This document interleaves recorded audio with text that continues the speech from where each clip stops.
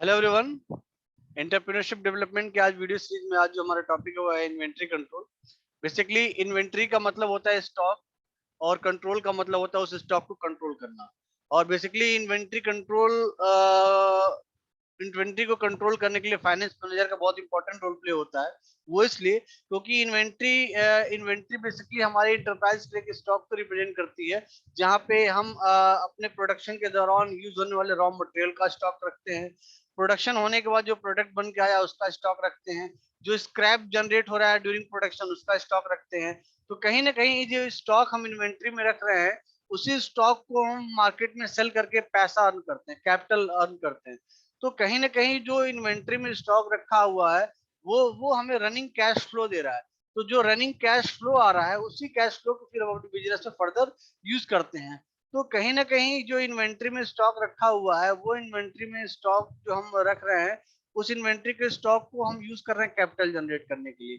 तो अगर उसको हम प्रॉपरली कंट्रोल करें तो हम उससे ज्यादा जो प्रॉफिट है वो अर्न कर सकते हैं। फॉर एग्जाम्पल सपोज करिए आपके इन्वेंट्री में जो रॉ मटेरियल पड़ा हुआ है वो एक दिन का रॉ मटेरियल पड़ा है और आपने अपनी इन्वेंट्री पे ध्यान नहीं दिया। तो उस दिन का रॉ मटेरियल जो चलिए काम हो गया, अगले दिन के प्रोडक्शन के लिए क्या होगा, रॉ मटेरियल रहेगा ही नहीं। तो यही कंट्रोलिंग प्रोसेस होता है कि हमें अपनी इन्वेंट्री को प्रॉपरली चेक करते रहना है। क्या आने वाले 10 दिनों के प्रोडक्शन के लिए हमारे इन्वेंट्री में वो प्रॉपर रॉ मटेरियल है, अवेलेबल है या नहीं है। या मार्केट हम हमारे स्टॉक में हमारी इन्वेंट्री में इतना प्रोडक्ट जो प्रोडक्शन के बाद जो प्रोडक्ट जनरेट हुआ क्या इतने सफिशिएंट प्रोडक्ट हैं कि हम मार्केट के 1 महीने की डिमांड को फुलफिल कर सके। तो कहीं ना कहीं ये सारी चीज अगर हम प्रॉपरली कंट्रोल करेंगे, मॉनिटर करेंगे, तो जो हमारा कैश इनफ्लो है, पैसा आने का जो जो सिनेरियो है वो हमेशा बना रहेगा। ऐसा नहीं होगा कि 10 दिन पैसा आया फिर 10 दिन के लिए प्रोडक्ट ही नहीं बचे हमारे पास सेल करने के लिए। तो इन्वेंट्री जो है बहुत इंपॉर्टेंट रोल प्ले करता है किसी भी इंटरप्राइज के लिए। और इसमें फाइनेंस मैनेजर का बहुत इंपॉर्टेंट रोल प्ले होता है। कैसे होता है उसको आगे समझते हैं। Inventory is stocks of goods. To the finance manager, inventory represents the value of raw material, consumable, spares, work in progress, finished good, and scrap in which a company fund has been invested. मतलब stock basically inventory है क्या, जो आपके production में raw material use होगा उसका stock है। ठीक है, कुछ कंज्यूमेबल आइटम्स है उनका स्टॉक है, कुछ आपने स्पेयर के तौर पे चीजें रखी हुई है, मशीनरी के कुछ स्पेयर रखे हुए उनका स्टॉक है। वर्क इन प्रोसेस के लिए कुछ अपने स्टॉक रखा हुआ है। फिनिश गुड्स मतलब आफ्टर प्रोडक्शन जो प्रोडक्ट जनरेट हुआ उसका स्टॉक रखा हुआ आपने। स्क्रैप मतलब प्रोडक्शन के दौरान कुछ स्क्रैप निकल के आ रहा है तो उसका स्टॉक आपने रखा हुआ है। तो ये जो सारी चीजों का स्टॉक आपने रखा हुआ है, इसको स्टॉक बनाने के लिए आपने बहुत पैसा खर्च किया है। You have invested lots of fund. आपने बहुत सारा फंड इसके लिए इन्वेस्ट किया हुआ, खर्च किया हुआ है। तो जो आपने पैसा खर्च किया है आप चाहेंगे ना कि एक समय पर पैसा लौट के आए और विद प्रॉफिट रिटर्न आए। तो इसके लिए इन्वेंट्री को कंट्रोल करना बहुत जरूरी है।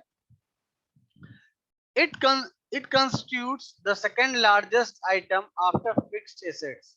मतलब आपको देखिए दो तरह के एसेट्स होते हैं, एक कंज्यूमेबल एसेट्स और एक नॉन कंज्यूमेबल एसेट्स। स्टार्टिंग मैंने आपको बताया था जब मैं एसेट्स के रिगार्डिंग वीडियो लेक्चर बना रहा था तो मैंने आपको बताया था कि जो एसेट्स होते हैं दो तरह के होते हैं, consumable assets and non consumable assets.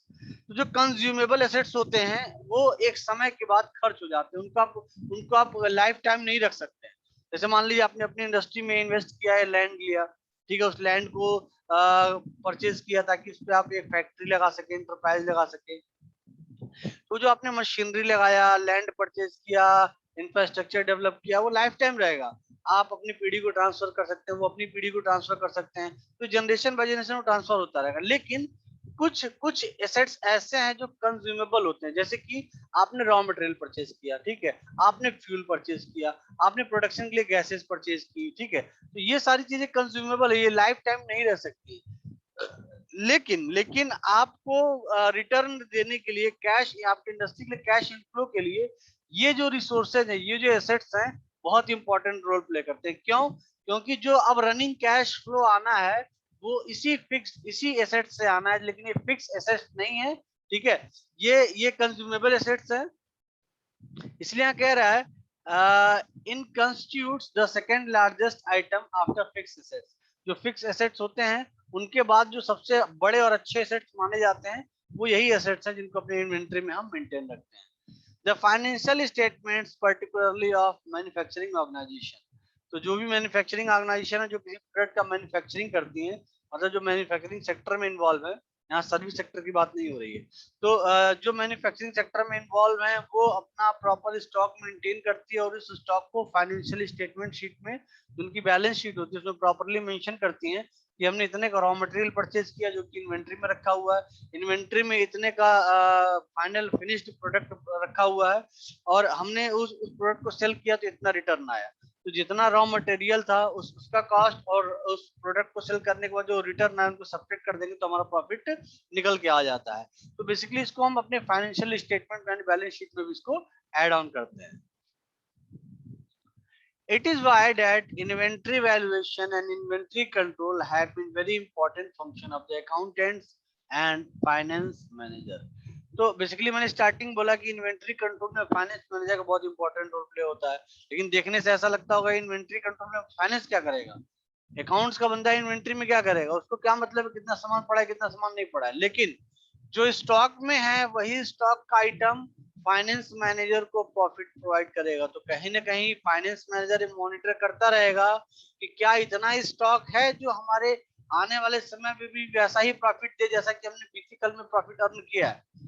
इसीलिए कह रहा है it is why that inventory valuation and inventory control have become very important functions of the accountant and finance manager.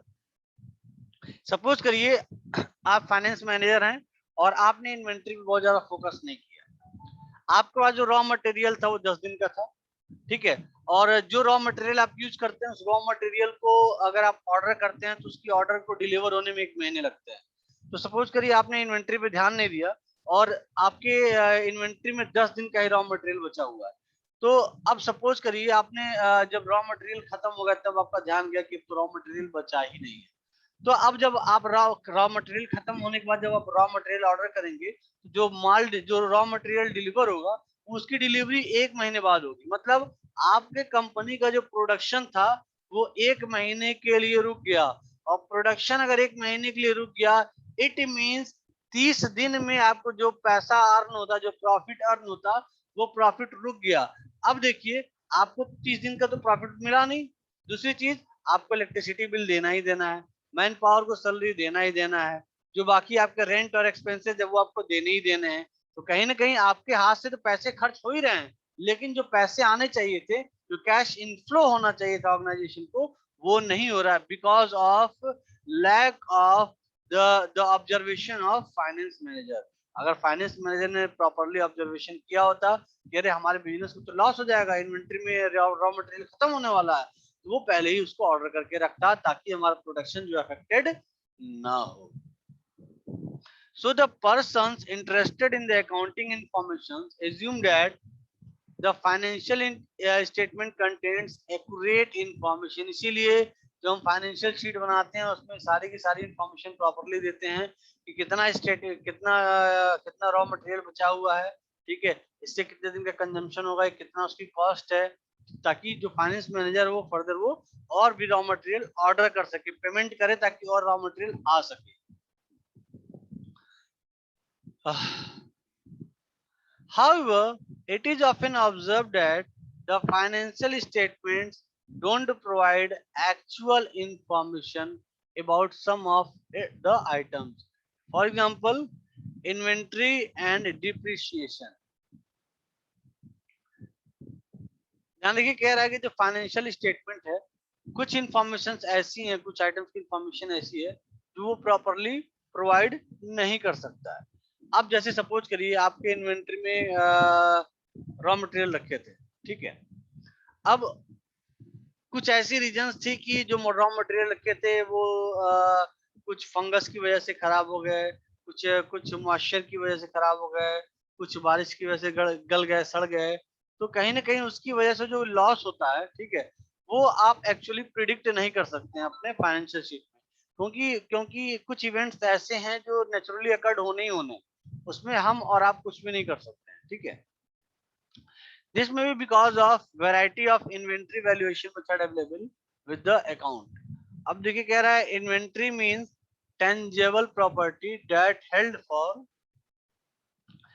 Inventory किस लिए हम यूज करते हैं, for sale in the ordinary course of business.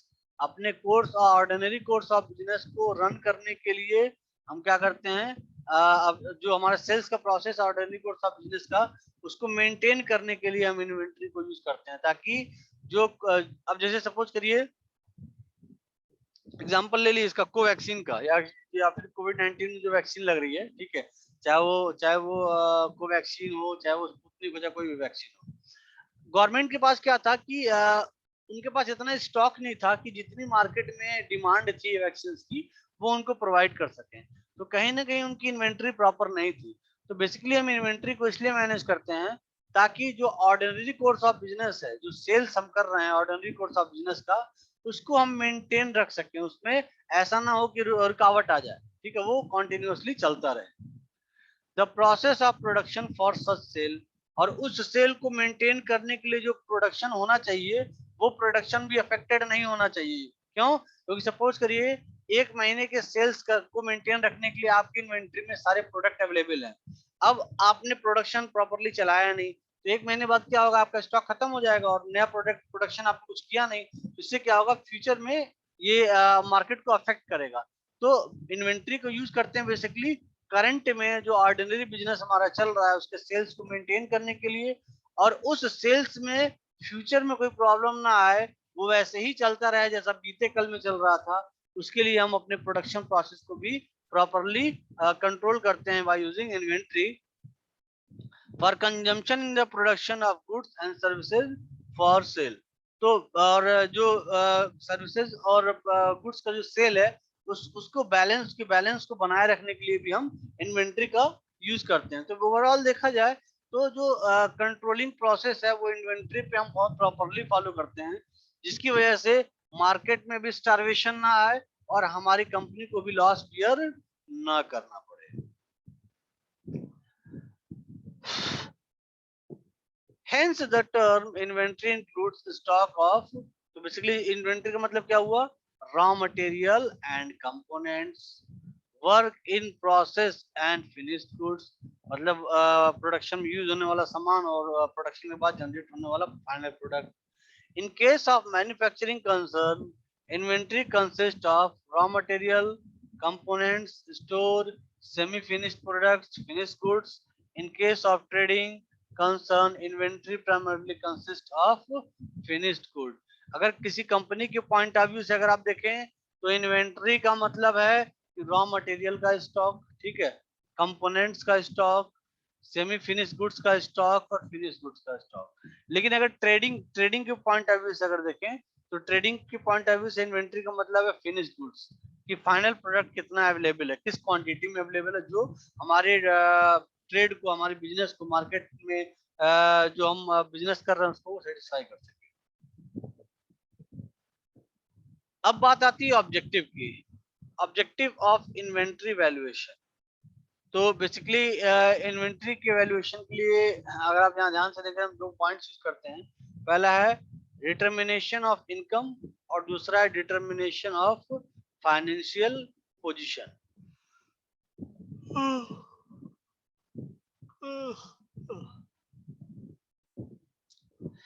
देखिए डिटर्मिनेशन ऑफ इनकम का मतलब ये है कि आप अपने ऑब्जेक्टिव ऑफ इन्वेंट्री की बात कर रहे हैं हम, तो इन्वेंट्री को हम इस तरह से मेंटेन करते हैं, ठीक है, कि हमारा इनकम अफेक्टेड ना होने पाए। जैसे कि फॉर एग्जांपल सपोज करिए आप एक महीने में 1000 1000 यूनिट जो रॉ मटेरियल है वो आप कंज्यूम कर सकते हैं, ठीक है। और अगर आप सपोज करिए 10,000 क्वांटिटी अगर रॉ मटेरियल आप मंगा लेते हैं, तो उस रॉ मटेरियल के फीचर ऐसे हैं कि वो मॉइस्चर में बहुत जल्दी खराब हो जाते हैं, हवा लग जाएगा तो खराब हो जाएंगे, इन्वायरमेंटल इफेक्ट कुछ आ जाएगा तो खराब हो जाएंगे।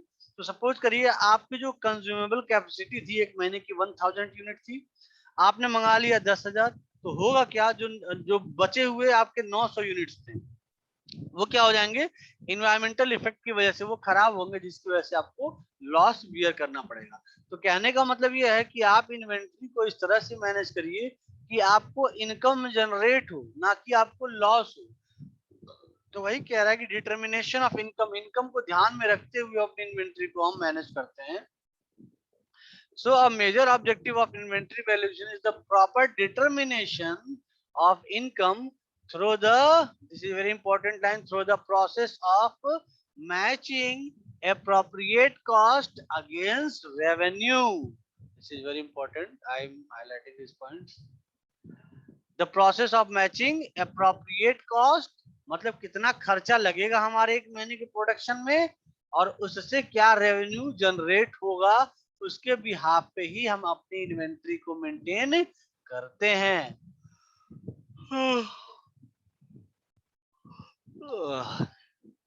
Gross profit is found out by deducing cost of goods sold from sales. Cost of goods sold in purchase plus opening stock menus, closing stock and closing stock must be properly valued. Overall चीज देखा जाए इसमें यही सारी चीजें बता रहा है कि आपने तो इन्वेस्ट कर दिया रॉ मटेरियल के लिए, प्रोडक्शन में भी खर्च किया, अब उसको सेल करने की बात आई तो प्रोडक्ट को कंपनी से लेके कस्टमर तक पहुंचाने में भी तो कई खर्चे आएंगे। तो उन सभी खर्चों को निकालते हुए जितना आपने इन्वेस्ट किया वो चीज, जितने खर्चे आए वो चीज, उन सब को लेने के बाद आपने कितना अर्न किया, कितना रिटर्न आपके पास आया, इन सभी अमाउंट्स को एड ऑन करने के बाद जो फाइनल अगर जो अमाउंट आ रहा है, अगर वो इनकम प्लस में है it means you gain profit, अगर वो इनकम नेगेटिव में it means you gain loss. तो हमें कहीं ना कहीं अपनी इन्वेंट्री को ये ध्यान में रख के मेंटेन करना है कि हमारा जो इनकम है वो क्या है, उसका डिटर्मिनेशन जो है हमें फाइंड आउट करना है।